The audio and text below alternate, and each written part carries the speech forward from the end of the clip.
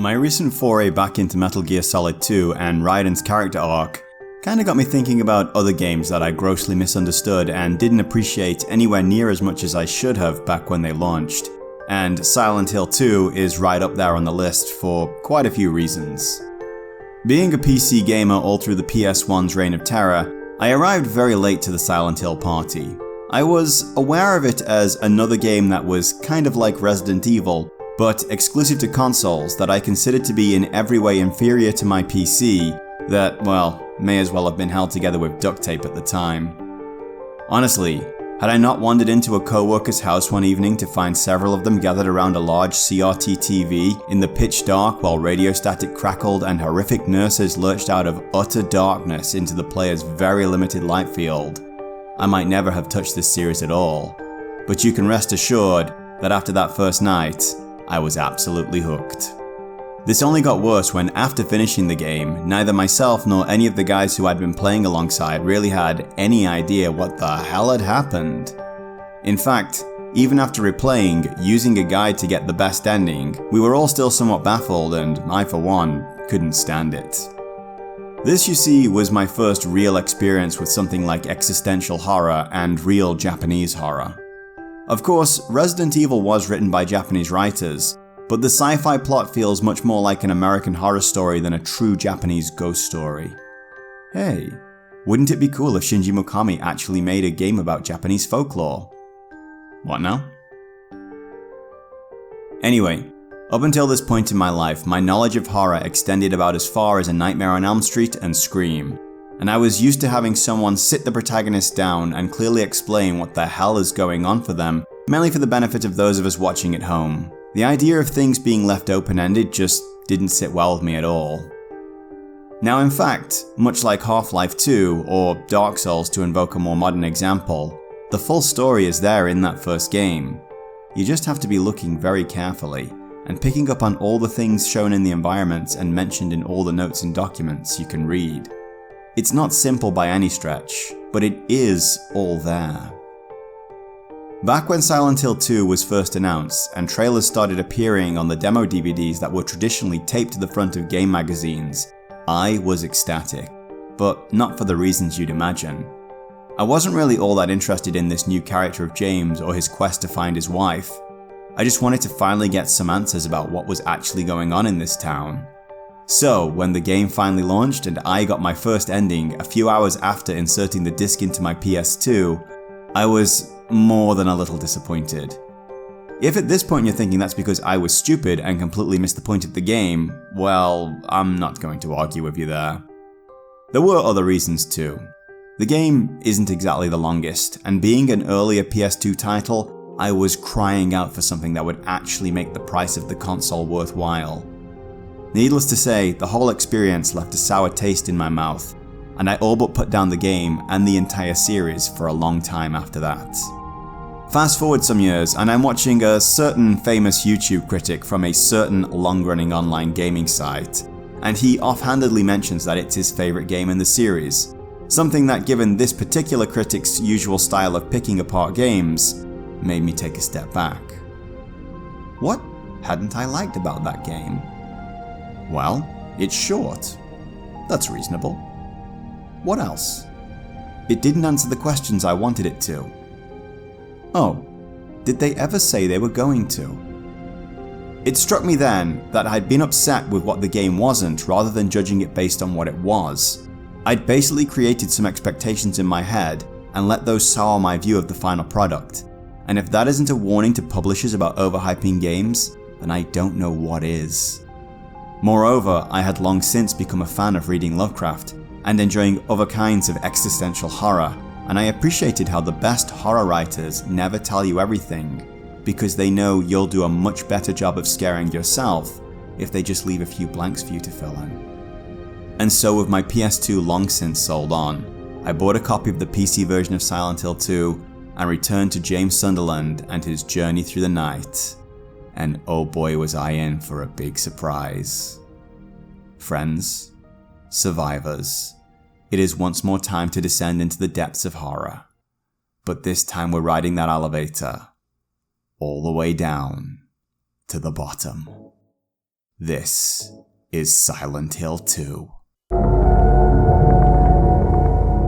So before we go any further, I do want to point out that this footage was recorded using the Silent Hill 2 enhanced mod. I actually installed this to deal with some sound and controller glitching, but boy howdy does this thing look amazing. To be clear, this isn't a comprehensive texture replacement like RE4 HD, but it's clear that a lot of work and effort was put into getting this PS2 era game to not only play in a stable way, but also just look damn gorgeous while it's at it. So if you have this game for PC, then be sure to install this and give it a try. I'll leave links in the description, and if you like it, then go and show those guys some love on Twitter. They really deserve it.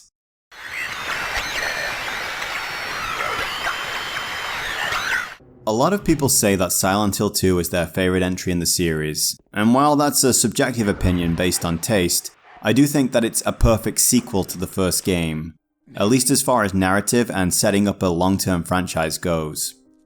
What I mean is, a lot happens in the first game, and you'll really need a couple of playthroughs to make sure you've got it all worked out. The first game is a plot-driven story that focuses mostly on how the town of Silent Hill came to occupy its current state, balancing precariously somewhere between our world and a place of nightmares. It's a big story that deals with gods and demons and events on a world-ending scale, which creates a few problems when it comes to creating a sequel.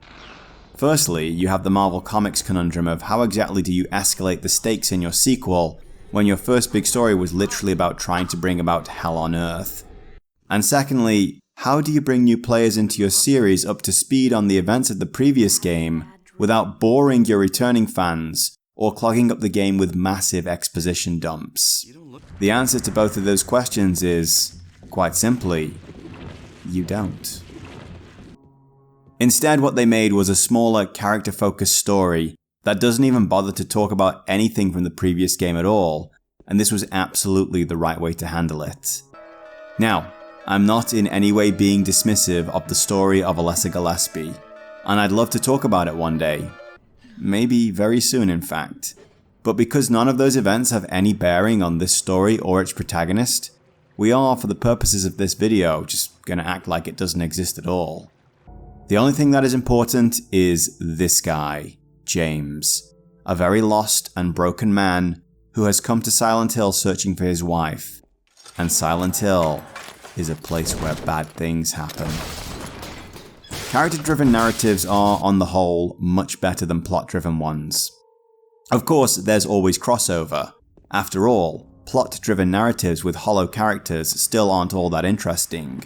But by creating and focusing on compelling characters, and giving us time to connect with them, the stakes of the story don't need to be world-endingly high. They just need to matter to the character, and they'll matter to us. Unlike Resident Evil, which is completely strapped to its convoluted bioweapons conspiracy story, with all the important events revolving around a small group of people, Silent Hill, much like Twin Peaks, said that any number of people could come here and endure any number of different nightmares, with the town serving as a backdrop for whatever personal hell they find themselves in. This makes the number of potential experiences as diverse as the number of people on the planet. Given the near limitless potential of this kind of narrative, it's unfortunate that it didn't exactly pan out that way once the series got taken off Team Silent's hands, but the potential was definitely there.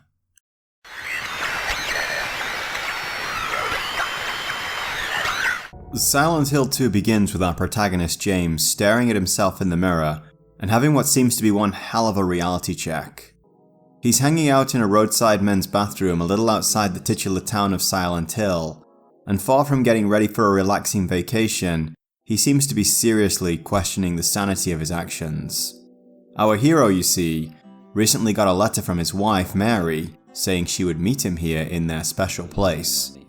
This is something that might not seem all that strange, if maybe a little spontaneous at best, were it not for the fact that Mary has been dead for 3 years on account of some unnamed terrible disease. While this could all be a trick played by someone with a twisted sense of humour, the simple fact that James is here, and listening to the way he talks, implies that he, at least, thinks there's more to it than that. Indeed, it's really obvious that he is not dealing with his wife's passing very well at all. So if that isn't the mother of all hooks, the tension only ramps up more when James descends the winding road into the fog-covered town, and for a long time, absolutely nothing happens.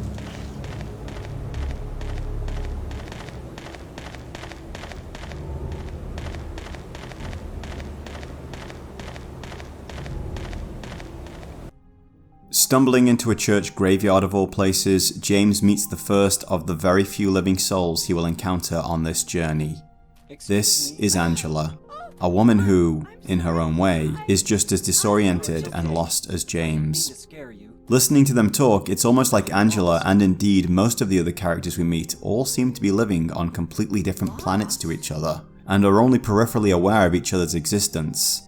Something we'll cover a little more in depth later. Angela points James in the right direction for the town, but adds the following caveat. This town, there's something wrong with it. It's kind of hard to explain, but... Is it dangerous? Maybe. And it's not just the fog either. Okay. And once we finally get down there, we get to experience the full force of exactly what she means.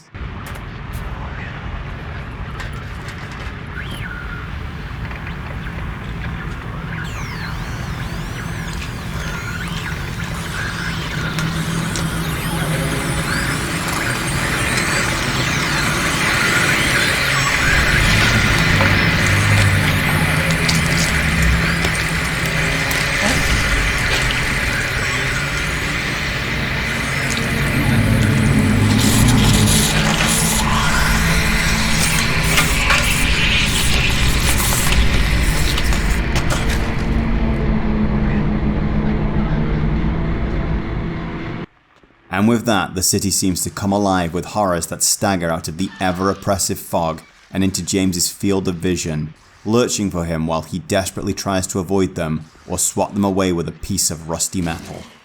There's far more at play here though. Exploring the town, we find our roads blocked by anything from an inconvenient construction barrier of some kind, to the floor literally falling away into nothingness, to things a little more ominous. On top of that, there's a lot of subtle and not so subtle hints and messages telling us to explore certain areas of the town, almost as though something wants us to follow a certain path into a certain place. This leads to James going on the most dangerous walking tour of a town imaginable, visiting several locations along the way, and encountering yet more people who, rather than seeing the terrors that James sees, seem to be trapped in a kind of personal nightmare. The first of these is Eddie, a young man we find in this condition, and who gets very defensive when questioned about his situation. There's a second encounter with Angela later too, where far from just being a little lost and looking for her family's gravestones, she seems to be contemplating something rather dark of her own. And then there's Laura. Ow! Hey, wait! She's kind of annoying. But what's especially interesting about her is that she seems completely unaware of the danger she's in. It's almost like she can't even see all these terrible monsters shambling around in this abandoned building. As he explores deeper though, James finds himself falling prey to something far more terrifying.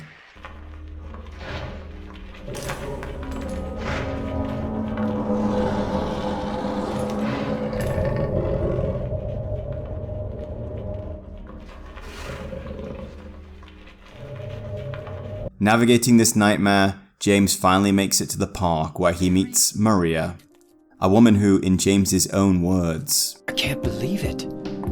You could be her twin. Your face, your voice, just your hair and clothes are different. My name is Maria. So, is this the answer? Was this doppelganger the source of the letter? She doesn't seem to think so. I mean, she might look a lot like Mary, but the resemblance ends there. If we look at Mary's picture, she seems very conservative, while Maria dresses very provocatively and is openly flirtatious. She is very aware of the effect she's having on James, who, let's face it, given his current psychological state, probably hasn't been getting a lot of loving in the past few years, and she actually seems to be enjoying it. Now, were James in any kind of coherent state, you'd expect alarm bells to be screeching in his ears at this point, but James isn't coherent at all.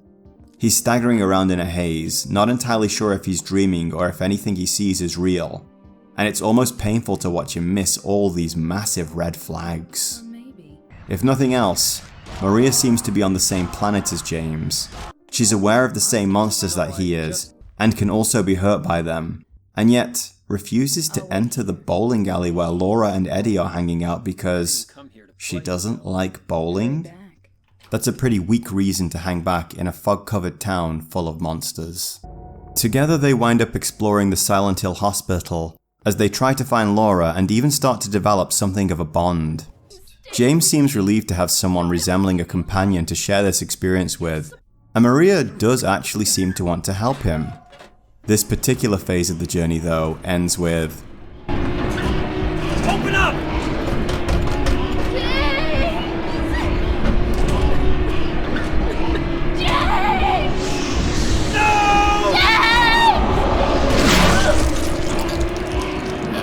I'll be honest. First time this happened, I almost restarted the game. I was convinced I'd missed something important that would spare Maria. Certainly, I reloaded my save many times and scoured the hospital searching for some clue or detail that would trigger an alternate outcome to these events. But ultimately, just like James, I had to leave the hospital alone and devastated at losing the closest thing I'd had to a companion through this whole nightmare. James finally enters the building of the Silent Hill Historical Society, and if the metaphors for mental trauma and the descent into hell hadn't been subtle before, well... At this late stage in the game, both the stories of Angela and Eddie come to an end. Seemingly worn down by whatever they've been experiencing themselves in this town, they finally lose the battles with their personal demons. This sees Eddie succumbing to a kind of murderous madness, and Angela finally losing herself to her despair. Fueled by his protagonist's powers, however, James is able to push through to the other side and finally make it to the Lakeview Hotel, where the secret that he has been hiding from himself this whole time awaits him.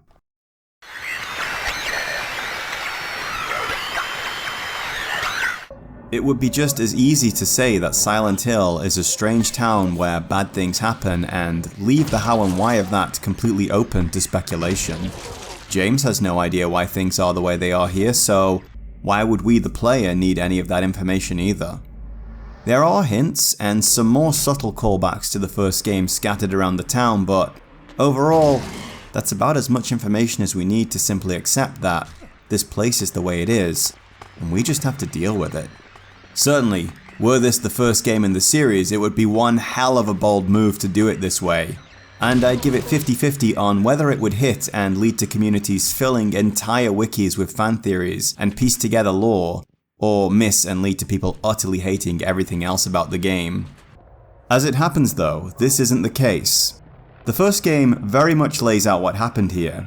It's done in a subtle way, but as I mentioned in the intro, if you're paying close attention, it really is all there. Silent Hill is a place of old power. And some time ago, a cult basically did a lot of terrible stuff to try and birth the town's ancient god, and bring about what they considered to be paradise on Earth. It didn't go exactly as they planned. In the first game, we see this horrific hellish plane trying to merge with our own, creating massive reality shifts that formed a big part of the game's level design. The events of Silent Hill 1 are tied up very neatly, and the cult is ultimately stopped and their god destroyed by a single man trying to save his daughter. So, if what we had in Silent Hill was a gaping infected wound in reality through which horrors bled into our own world, what we have is something more like a scar here in Silent Hill 2. That is to say, there are reality shifts of a sort, and certainly there are monsters, but it's all kinda different. Kinda subjective, if you will. Almost like all this evil isn't coming exactly from the town, but from the way the people we meet here perceive it. So from this point on, we are heading into major spoiler territory, and it's pretty much unavoidable, I'd say. I understand this is a 20-year-old game, but even so, if you're here having never played this game, and somehow don't know the real story behind James and indeed each of these characters basically being summoned here, then you are under very strict orders to click off this section now. Seriously, this is not optional. I'll do my best to keep spoilers out of the presentation and gameplay sections, but you really should go and play this for yourself. Trust me, it's well worth it, and this video will be here when you're done, along with a couple of others I'd imagine. Let's start with an observation here. The nurses are an iconic enemy in Silent Hill, appearing in all 3 of the original series entries and playing a significant role in the meta-narrative of them all. Take a look at their representation in Silent Hills 1 and 3. Now let's look at them in 2. How about these creatures too? Are you noticing a pattern here? Far from being a story of demons and cults, Silent Hill 2 is in fact an exploration of mental trauma and depression. The big twist here is that Mary did not, as James claims, die from a terrible disease 3 years ago. No. She died by his hand, around a year ago. And the motives for this are kind of interesting. In truth, Mary was suffering greatly from her sickness, and being a long-term inpatient at a hospital that couldn't cure her, she was isolated and alone a lot of the time. It was clear she could never be cured, and she was simply being afforded a chance to die in as much comfort as possible. This drawn-out process took a tremendous toll on Mary, James, and their relationship overall, leading up to a point where James, seemingly in an act of mercy, effectively pulls the plug on his wife. Though, actually, when he's finally ready to be honest with her about this, he says, "The truth is, I hated you. I wanted you out of the way. I wanted my life back." Unable to live with himself after committing the mother of all sins, James represses the memory of his act and falls into grief and depression. Something inside him, however, can't accept this. Something wants to be punished, and that something is what calls to the power inside Silent Hill, and the town is more than happy to grant his wish. So now that we have something of an understanding of the source of James's inner pain and guilt, this maybe starts to make a little more sense. He has, after all, gone a long time without getting any mood. And I've no doubt that those base desires played a part in his desire to escape from his wife. In truth, this is a somewhat extreme example of what many people in unhappy relationships go through. Either way, it does go a long way towards explaining this.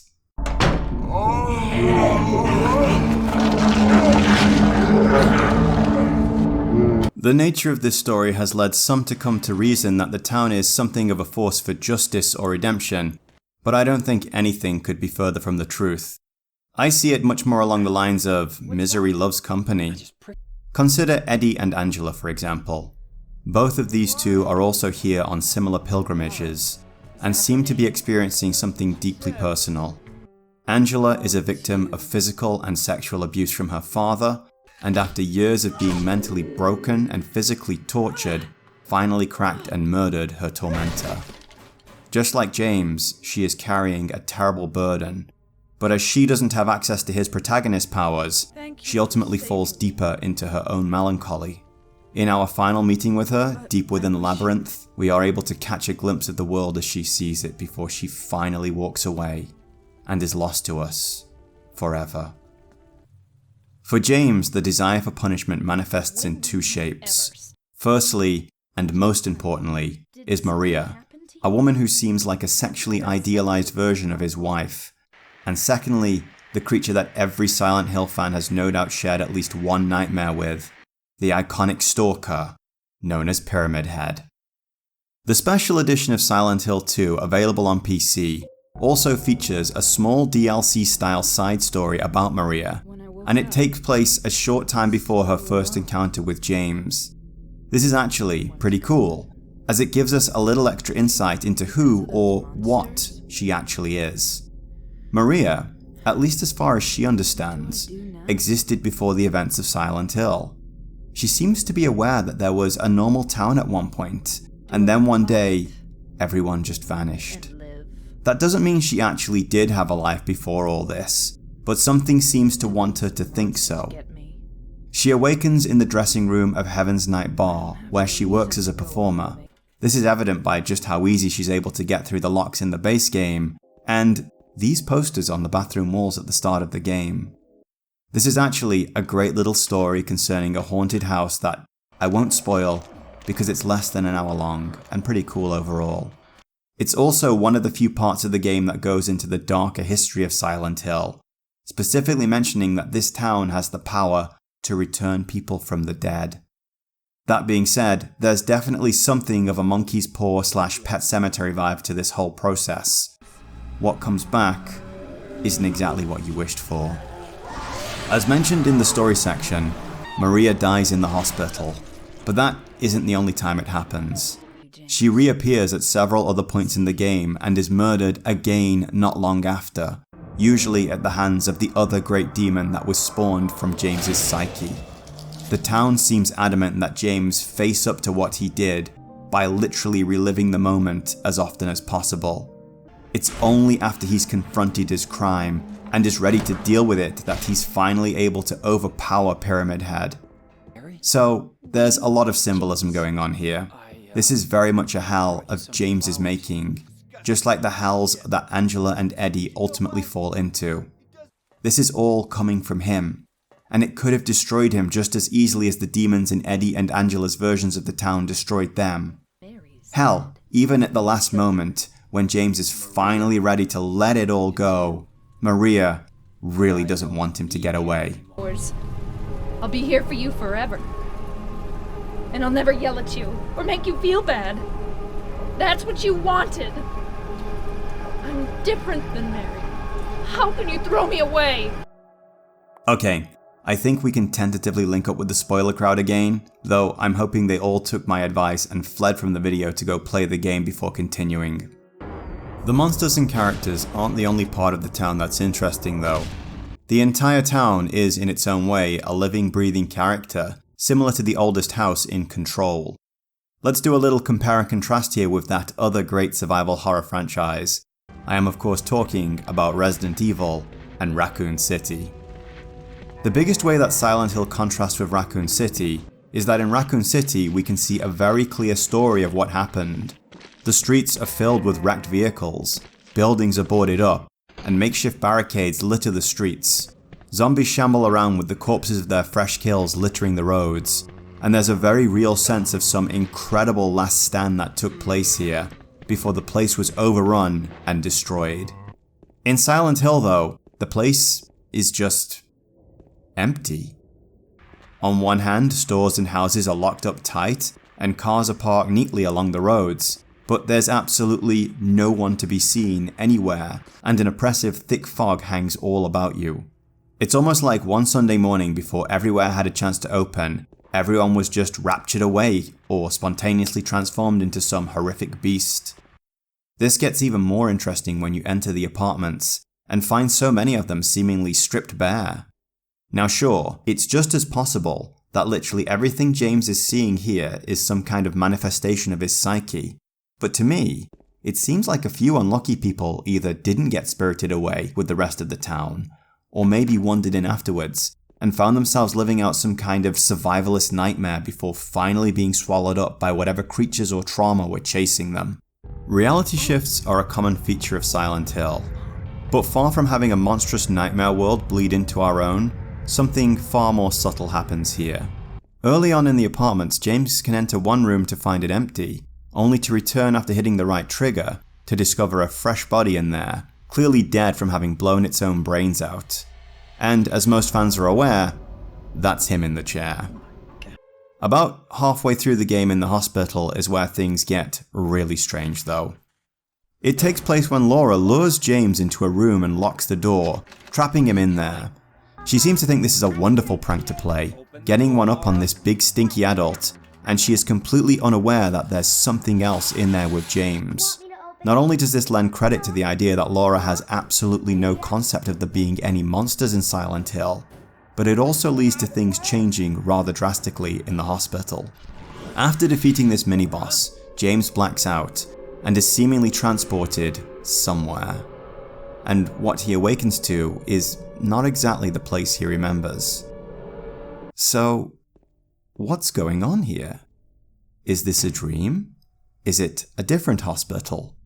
Did somebody redecorate while he was unconscious?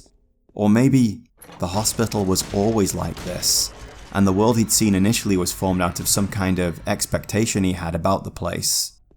What's even wilder is that in the first game, we could usually exit the Dark World by defeating a boss monster. This would initiate a world shift that came with a lot of fanfare, and a very clear return to normal. But when all is finished with the hospital, James just walks out of there, and the place just stays like that.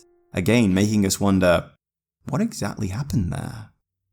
By the time we hit the labyrinth, we are so far down the rabbit hole that even the pretense of normality is long gone.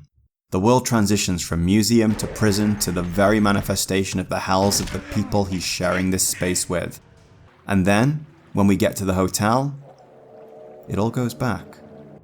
In fact, this may be one of the most mundane and safest feeling locations we visit in the game.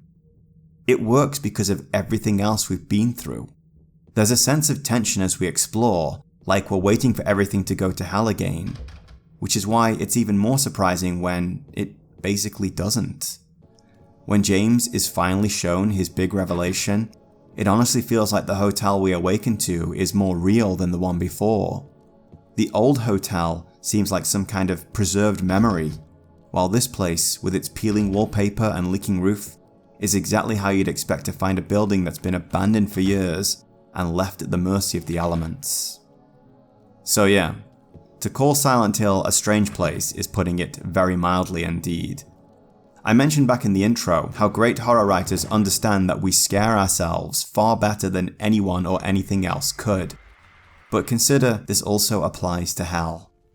Stop to remember any embarrassing moment in your life. Take some time to really overanalyze it in minute detail. Your voice, your tone, your body language, the dumb words you chose to say. Take the time to really beat yourself up about it, and you'll be left exhausted in your bed, unable to move for days. Yes, I'm speaking from experience here.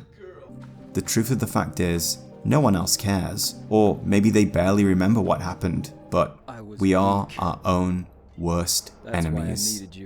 There's a wonderful short story by Neil Gaiman called Other People, concerning a man locked in a room with a demon for all eternity, that covers this topic very well indeed. So while this version of Silent Hill is so much more subtle than the gore and body horror we see in 1 and 3, it is in so many ways so much worse. And you may find yourself wondering, if I went to Silent Hill, what would be waiting for me there?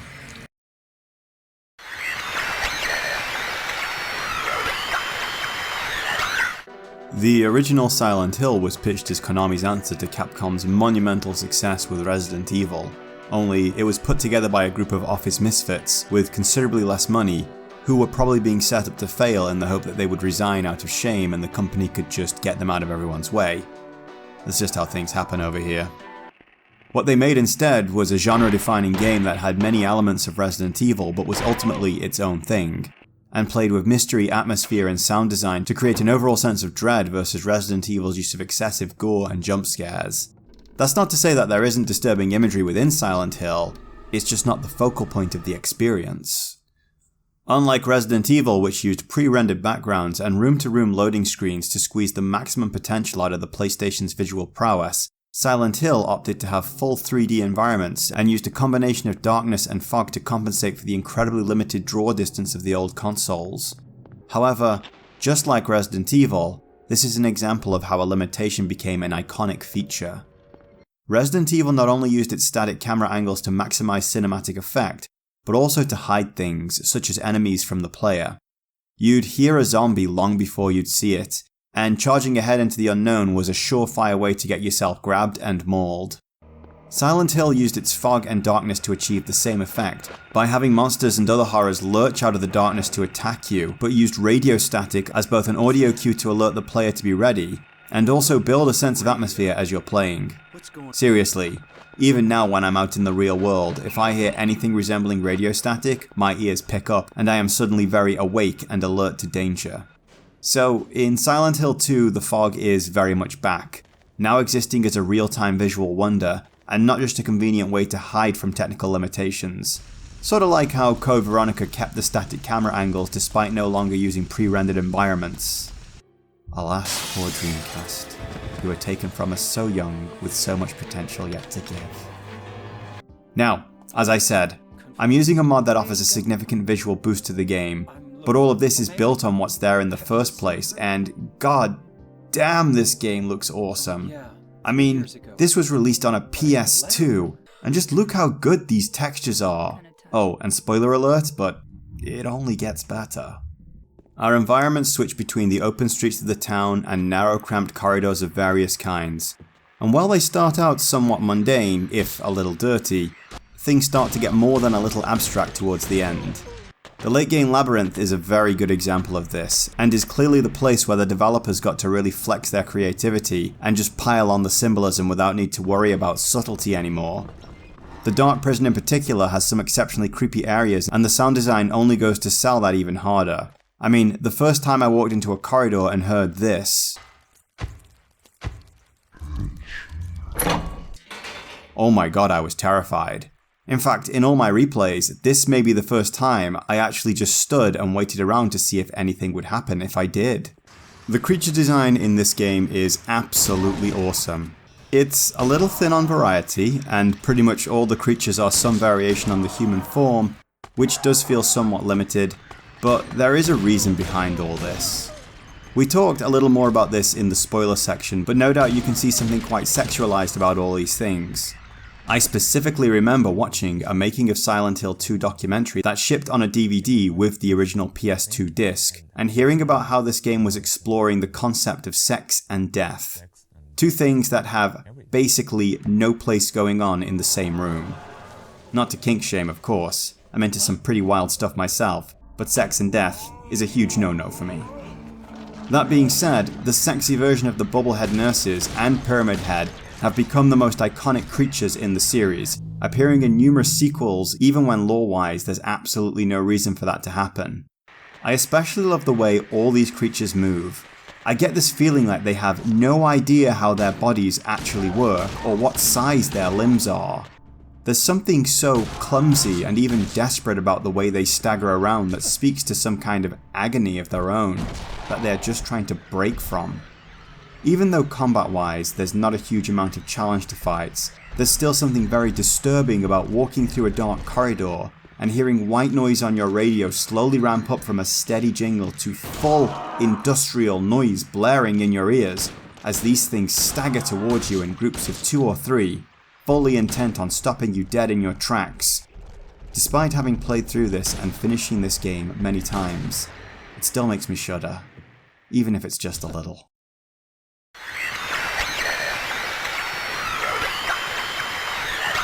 Silent Hill 2 plays much like Silent Hill 1. That is to say, it's an odd hybrid of old school survival horror with tank controls and something more akin to a third-person shooter. Because these are true 3D environments, the camera can be swung behind James from wherever with the tap of the shoulder button, or simply glued to his back by holding it down. In the larger open environments of the town, the camera will in general stay behind him, but dramatic camera angles are used to highlight important areas, and also conceal certain things, much like in Resident Evil. It can be a little tense to enter a corridor or room, only to get an earful of radio static punctuated by footfalls of something approaching off screen, while you furiously mash that shoulder button, and the camera clumsily maneuvers behind you to get a clear view of the danger. It can also be pretty frustrating too. After all, this is a horror game, and nothing sucks more than wasting ammo, or having to spend a health item because aesthetics were favoured over practicality when choosing a camera angle. I had a very similar complaint about Legacy of Kain Defiance's camera, but it's a little more forgivable in a slow-paced horror game, I guess. James handles like ass. Well, he's clumsy, that's for sure. There seems to be some debate among players as to whether this is just general bad control design or if it's some kind of representation of what it would be like to be a regular person in a horror situation. And I'm not all that interested in weighing in on this one. It's obvious that James is scared and alone. He clearly has some firearms training, but he's not some super soldier who can sprint the breadth of the city and Spider-Man his way onto rooftops.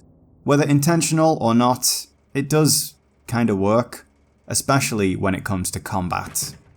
Silent Hill has melee combat, as well as ranged, and since we're in a quasi-survival horror game, there is an instinct to save ammo for something big later. More on this in a little while actually. My weapon of choice through the early areas of the game was the metal pipe, and while James is clumsy with it, it does get the job done on account of the fact that the enemies aren't that dangerous. This is probably my biggest criticism of the game, especially where the horror element is concerned. Enemy variety in Silent Hill 2 is pretty thin on the ground overall.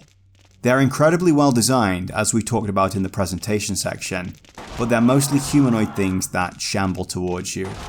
The straitjacket monsters do have a kind of ranged gas cloud attack, but they take so long winding this thing up that it's pretty easy to walk into striking range and smash them across the head with your pipe.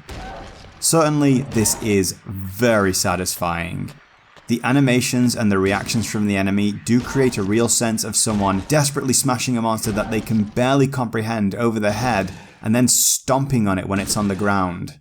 But aside from the occasional area where you might get swarmed, it's not hard to get through this game without taking much in the way of damage. On the other hand, ammunition and health drinks are so plentiful that unless it's your first time or you're just having a really bad run and you are desperately trying to avoid that suicide ending, you aren't exactly going to be worried about dying much. This brings us to inventory management, which is another area where this game strongly deviates from the Resident Evil formula. Resident Evil is all about limitations. You have 6 to 8 slots in your inventory and the rest stays in your storage chest. Silent Hill, however, gives characters unlimited inventory space for weapons, ammo, health items, and puzzle items. No doubt this was partly to differentiate the two games, but also because the world of Silent Hill 1 and 2 just covers so much more space than any Resident Evil game. Concerning map size and differences to Resident Evil, any new player to this series had better get used to this sound. Since these are functional buildings like hospitals and schools that were converted into game levels, what that means is there's a lot of places that the devs either couldn't or didn't want to map out. And honestly, were they to have done that, we'd be looking at a large number of copy-pasted rooms that served little to no function and only confused the player. It does make it a little frustrating when you're being chased down by something and you're desperately trying to look for a way out of whatever long corridor you're in, though I guess that does give some areas a desperate horror movie chase scene vibe, and it's much more of an issue in Silent Hill 3 than 2 if I'm being honest. Puzzles form another major part of Silent Hill, and you'll notice that from the start of the game you're actually able to choose a riddle difficulty. And I'm going to come out and say this straight up front. For me personally at least, I always choose easy. It's not that any particular riddle is difficult on normal settings, it's just that they usually involve reading and trying to memorize a cryptic message on a wall somewhere, then moving and interacting with an object, often placing items in a specific way based on your interpretation of the answer. The problem is this is a really slow process, and actually kind of annoying.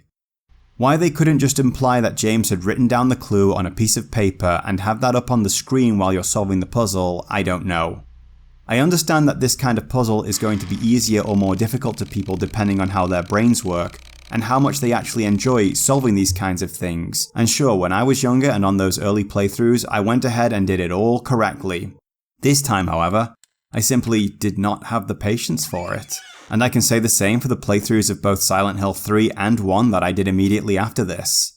As soon as I read some random clue on a wall, I immediately typed it into my phone and did an image search for the solution. Had a system been in place that allowed me to see the clue and the puzzle on the screen at the same time, I might have been more forgiving. But for whatever reason, be it getting older, recording footage for a video, or just an understanding of game design that abhors disrespecting player time, I just didn't want to do it at all. Aside from that though, the puzzles are basically lock and key, in a very literal and sometimes more abstract sense, and contribute to that survival horror feeling of doing laps of a locked up space and little by little opening it up and gaining access to all its paths and little secrets before confronting some kind of boss at the end. And since we're on the subject of bosses, they suck in this game. I mean, thematically and in terms of their design, they're absolutely genius. 10 out of 10 for spectacle. But this is actually one area where old school survival horror kinda sucks in general. You see, survival horror isn't about mastering a clever combat loop, but rather it's about knowing when to fight versus how. Having hard limitations on ammunition and inventory space makes combat something better avoided than engaged in. Which is fine, but it doesn't make for the most exciting boss battles. Your only challenge here in your confrontations with Pyramid Head and the few other larger creatures you need to fight is making enough space between you and them and popping off a few shots before maneuvering to another part of the space to repeat the process. And since you can basically use melee weapons to wreck 90% of the enemies in the game, you're never really going to be short of shotgun and rifle ammunition to do the job if needed. So as far as survival horror bosses go, they're about par for the course. But if there's one area where Resident Evil 2 Remake's controls really outshine the originals, it's in creating skill-based boss fights that grant swift and decisive victory to those who've mastered the mechanics of aiming versus those who spam shotgun shells from the hip.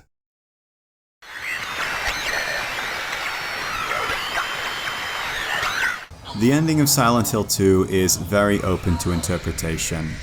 There are several possible outcomes depending on how you played, and while it can definitely be argued that some are better endings than others, it's very hard to say which is really the right one. James, after all, is a very complex character who is dealing with a very big problem, and it's just as reasonable to say that he should not receive his redemption as it is to say that he should. The endings to the game are also handled in a very interesting way. Rather than performing certain actions or throwing a certain switch at a certain point in a game, Silent Hill 2 judges the way you play and uses that as a way to determine your final outcome. This is handled through subtle means like, for example, how much damage you let Maria take, how often you heal yourself when you're damaged, and some other gameplay metrics accumulated throughout the game. On my first playthrough, I got what would be considered the best ending because, well, I'm just that damn good. But all of the others, including the secret ones that you have to be on a second playthrough to find, are just as interesting, and all but one of them could be considered the final canon ending. Either way, we are finally able to read the full version of the letter that James received at the start of the game, and we can spend the next few days crying ourselves into a coma over its contents. James, you made me happy. Silent Hill 2 is a wonderful exploration of love and loss, of mental trauma and depression.